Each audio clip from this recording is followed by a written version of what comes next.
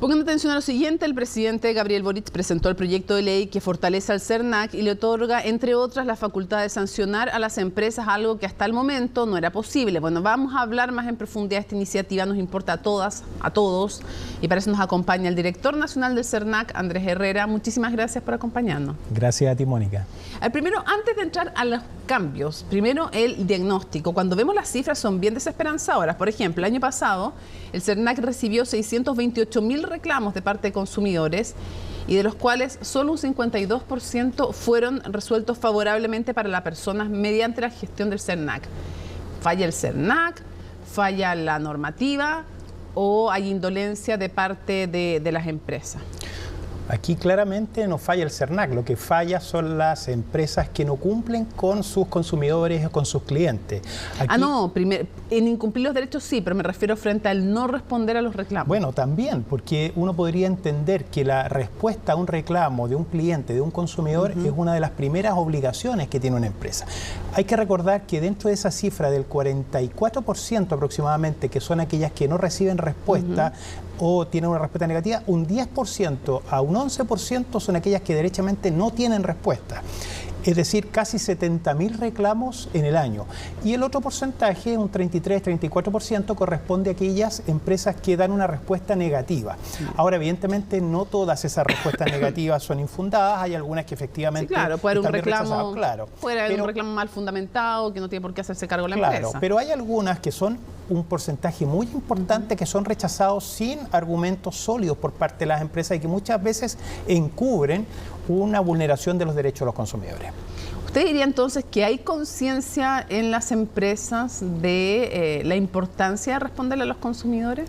La verdad es que yo no metería a todas las empresas en un mismo saco. La verdad es que hay algunas empresas que son las más preocupantes, que tienen como modelo de negocio rigor no cumplirle a los consumidores, y otras que a veces por ignorancia, por incapacidad también de su plana directiva, de no proveer capacitación a las fuerzas de venta, etcétera, hay a veces incumplimientos que pueden ser perfectamente corregidos. Pero es bien grave lo que usted dice, que hay empresas que tienen internalizado en su modelo de negocios incumplir.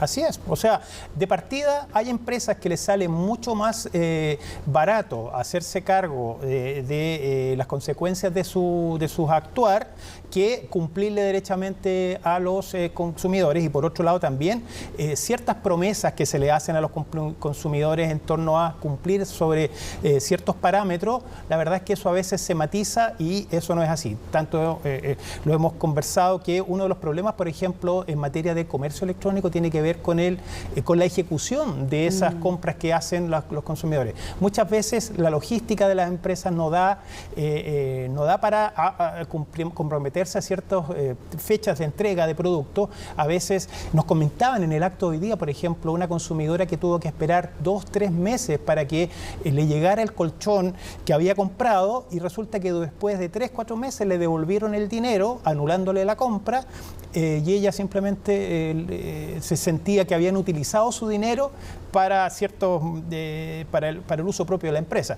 Ahora, insisto... ¿Porque nunca le llegó el colchón? Nunca le llegó el colchón. Tuvieron que poner término a esa compra porque finalmente no la tenía. Hecho este diagnóstico, también, claro, o sea, a ver, no debiera ser así, ojalá fuera un mundo ideal, pero si se producen esos abusos, si hay empresas que tienen dentro de su modelo de negocios el incumplir a los clientes, es porque la ley se los permite o les deja espacio para aquello, o hace, como usted decía, que sea más barato incumplir que cumplir. Entonces vamos a lo de hoy día. Esta idea de fortalecer al SERNAC, si usted tuviera que explicarle a la gente que nos está viendo a través de las pantallas de CNN Chile, ¿qué es lo más importante? Lo más importante es que este proyecto de ley dota al SERNAC de la facultad sancionatoria. ¿Qué significa esto? Que en los casos individuales, en los casos cotidianos de consumo, cuando alguien va a una multitienda a comprar, no sé, una estufa, y esa estufa sale fallada y la empresa no le responde, es en esos casos en que el SERNAC va a ejercer la facultad sancionatoria. Es decir, cuando hay un reclamo del consumidor, ese reclamo es respondido de manera insatisfactoria por la empresa, el consumidor insiste ante el SERNAC ratificando su reclamo, ahí el SERNAC ponderaría, conforme a esta ley, una serie de antecedentes, los antecedentes fundantes, e iniciaría el procedimiento sancionatorio para acompañar a ese consumidor que ahora lo que tiene tiene que hacer es ir a tribunales. Ya, usted entró entonces de inmediato en lo más polémico. Convengamos en que lo que genera más resistencia de cualquier cambio que le puedan hacer al CERNAC es que tenga una facultad sancionatoria. Y de inmediato uno de los principales reclamos es que se dice, a ver, estas son facultades de los tribunales, por lo tanto no debiera el CERNAC poder sancionar. ¿Qué responde usted?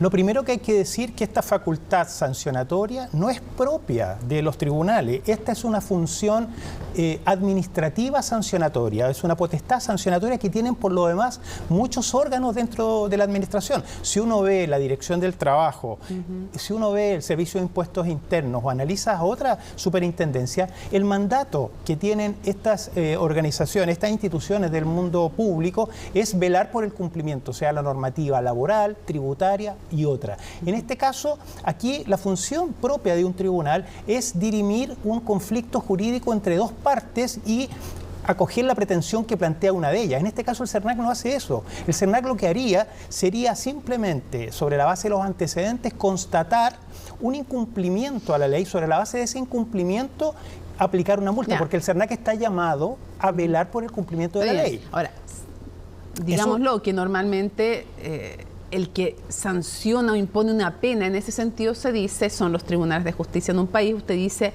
aquí va a haber en el fondo una interpretación de si se cumplió o no la ley y de acuerdo a eso se sanciona. Explíquele a la gente qué pasa si no está de acuerdo la empresa o qué pasa, si puede llevar a la justicia o qué pasa si el consumidor encuentra que no es suficiente. Bueno, en este caso, evidentemente que va a haber un procedimiento administrativo que puede terminar en una multa impuesta por el CERNAC.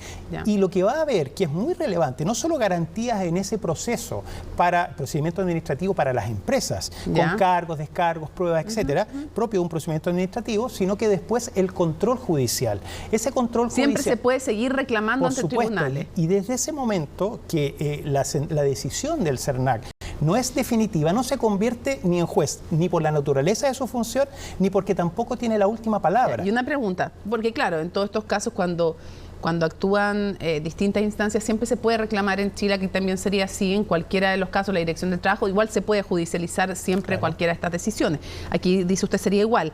Ahora, cuando ustedes imponen, o sea, lo que ustedes pueden hacer como CERNAC, si es que les aprueban esta facultad, otra cosa es que se la aprueben. Si se las aprobaran, podrían sancionar a una empresa con una multa, pero también determinan la compensación que tiene que recibir el usuario. No, solamente se podría aplicar la multa y como consecuencia de la vulneración de un derecho del consumidor, lo que podría hacer solo el CERNAC es ordenar la restitución de los pagos mal habidos o los pagos indebidos que ha hecho el consumidor. Pero no pueden ustedes decir determinar compensaciones, no puede determinar indemnizaciones. Ok, eso es bueno aclararlo para ir despejando. Esa función es propia de un tribunal y por lo tanto, en este caso, lo que hay es un hecho que podría llevar como consecuencia una responsabilidad infraccional de la empresa, una multa, pero sobre ese hecho posteriormente el consumidor, si tiene algún daño que acreditar, podría reclamarlo. ¿Cómo van a lograr que esto no termine ante el Tribunal Constitucional? Es que podría, de acuerdo al marco constitucional actual que tenemos, el control preventivo de constitucionalidad, dependiendo de las circunstancias, podría ir igual. Sí, no, yo me refiero con un reclamo, que le impugnen esta normativa ante el Tribunal Constitucional como pasó en el pasado. Hay una diferencia que ustedes hicieron en la normativa para tratar de que no termine ahí, obviamente, si ustedes quieren que se apruebe. Pero explíquele a la gente por qué usted cree que ahora podría, si es que se llegara al Tribunal Constitucional, sancionar a favor de la posibilidad de tener facultad sancionatoria. Por varias razones, diría yo. La primera de ellas es que los gremios también se han dado cuenta que intentar por esa vía impugnar lo que ha resuelto, en este caso, en el caso del CERNAC anteriormente, mayoritariamente por el Congreso, también tiene una serie de consecuencias que se generan en la percepción pública por parte de los gremios. ¿En la imagen? En la imagen, yo creo que también eso se ha dicho y eso también me parece que es importante decirlo. A ver, usted diría que los gremios hoy día han entendido que tendrían un costo reputacional si es que acuden en contra de esta legislativa. Yo quiero creer que es así. Yo quiero creer que es así porque la verdad que hoy día también en la ceremonia tuvimos presentes distintos representantes de los gremios. Yo creo y confío en eso. Ahora bien, del punto de vista de fondo, el proyecto que se presenta es distinto del año 2014. En este caso, la única facultad que se está planteando fundamentalmente es la de la facultad sancionatoria. Y en ese sentido también se han escuchado expertos, incluso expertos para construir este proyecto de ley, que estuvieron en contra del proyecto en su momento. De hecho, el presidente lo decía, hoy día estuvo el excontralor Ramiro Mendoza opinando, el profesor Enrique Barros, etcétera. Distintos profesionales que entienden, conforme a su opinión, que este es un proyecto robusto, sólido, que supera las observaciones que se hizo básicamente es no acompañar o sea, si van a sancionar, no pueden acompañar al consumidor en ese proceso. Así es, o sea, para no ser juez y parte, ¿eso es? O sea, de partida, la facultad sancionatoria es para casos individuales, por lo tanto, en casos colectivos, el CERNAC podrá perfectamente o generar un caso colectivo en cuyo caso demandará colectivamente, o el caso individual en el procedimiento sancionatorio. No va a poder acompañar a un mismo consumidor con una misma problemática en un procedimiento sancionatorio y en un caso colectivo ante la justicia. Pero además, insisto, en este caso el CERNAC no va a ejercer funciones jurisdiccionales. Muchos profesores también de Derecho Administrativo han sostenido que no es contrario a la Constitución sostener también que el CERNAC, como otros organismos públicos, detente potestades administrativas sancionatorias, que tienen un carácter distinto. Y en este caso, esa decisión del CERNAC va a ser controlada judicialmente. Quiero ir cerrando, pero preguntándole, Estefan Larenas desde ODECU ha dicho, son sus palabras, comillas, tanto la SOFOFA como la CPC han creado un ambiente de hostilidad. Bueno, la verdad es que... ¿Usted lo comparte? Por ahora no podría decir eso, porque yo he tenido acercamientos con los dirigentes de estas organizaciones. De hecho, en un tiempo más vamos a ir a presentar también el proyecto, porque nosotros creemos en el diálogo y escuchar también posiciones divergentes que puedan potenciar el proyecto. Ahora, evidentemente que la actitud de contribución a solucionar un problema que viene de años, se va a dar ahí la tramitación legislativa, y esperamos que los aportes de los gremios vayan en esa dirección, porque si nosotros sentimos que finalmente lo que se quiere es que este proyecto no avance, evidentemente podré tener una opinión distinta, pero por ahora yo creo que estamos esperando cuál es la visión que tengan los gremios para formarnos una opinión completa. ¿No cree que tiene una visión ya crítica? Por supuesto que tiene una visión de crítica, pero yo espero que la experiencia del año 2018, con todo lo que pasó, y que ese diagnóstico que tenía ese proyecto se ha mantenido y profundizado en el tiempo, es hora de resolverlo. Los consumidores necesitan una solución hoy día, no esperar 10 años más para que tengamos un proyecto de ley distinto. Para cerrar, usted hablaba del posible daño reputacional que podría sufrir el empresariado en caso de ir contra esta idea. Y obviamente que a algunos no les va a gustar esas palabras que usted ha mencionado, pero me gustaría saber qué le diría usted al mundo empresarial respecto a esta legislación. ¿Qué mensaje les daría? Yo creo que las empresas que hacen bien las cosas y que tienen al centro a sus clientes y consumidores no deben preocuparse por este nuevo proyecto de ley. Son las demás empresas aquellas que efectivamente debiesen tener temor a una acción del CERNAC. Aquí no es una buena noticia que el día de mañana nos llenemos de procedimientos sancionatorios multando a distintas empresas, porque eso es señal de que no hay una actitud proactiva de las empresas en torno a solucionar el problema. Aquí lo que queremos es que también este mecanismo opere de manera disuasiva. Por lo tanto, esta no es una reforma en contra de las empresas, es una reforma pro consumidor, es una reforma que va en la línea de equilibrar la asimetría que existe en los mercados. Eso es todo.